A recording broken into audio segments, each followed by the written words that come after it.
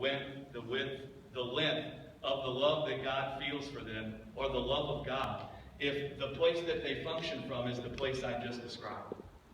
A person can never experience someone loving them if they function from the place that says they're not lovable.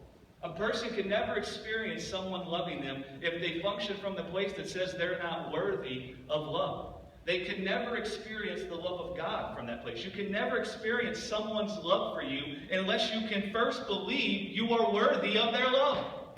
You can never experience someone's love for you unless you can first believe that you're lovable. I can be busy loving my wife with all of my heart, with all of my soul, with all of my strength. But if she doesn't believe she's lovable, she's never going to experience me loving her.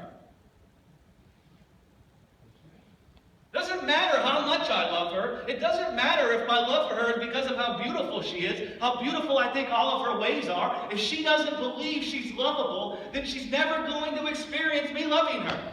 And it's the same way with God. God has always been loving us with all of his heart, with all of his soul, and with all of his strength. But we couldn't understand why it is that God loves us. And so we could never experience his love. We could never find our lives shaped by his love. And in fact, we sat with the theology about why this guy loves us that actually made it impossible for us to experience it. And then all the while we wonder, why don't we feel that guy's love for us?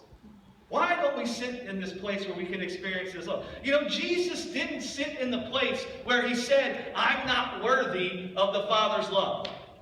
Jesus didn't sit in the place where he said, I'm not worthy of the Father's love, but he loves me anyway.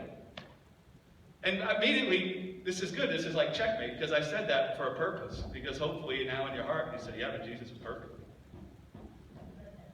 You can go read John 17, and Jesus prayed on behalf of the world, and he prayed that they might know that the Father has loved them the same way the Father has loved Jesus.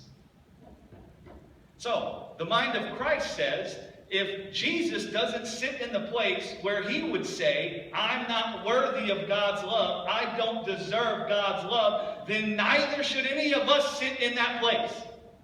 For we have been given the mind of Christ.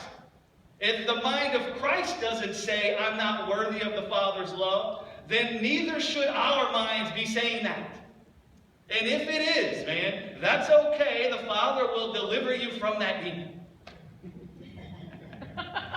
It's not like a real demon where you're going to be like, flopping around on the ground and foaming out of the mouth, as per se, or as we've tried to like make it in the movies and everything. Not to say that can't happen sometimes, but it's, Paul said, casting down every imagination that exalts itself against the knowledge of God.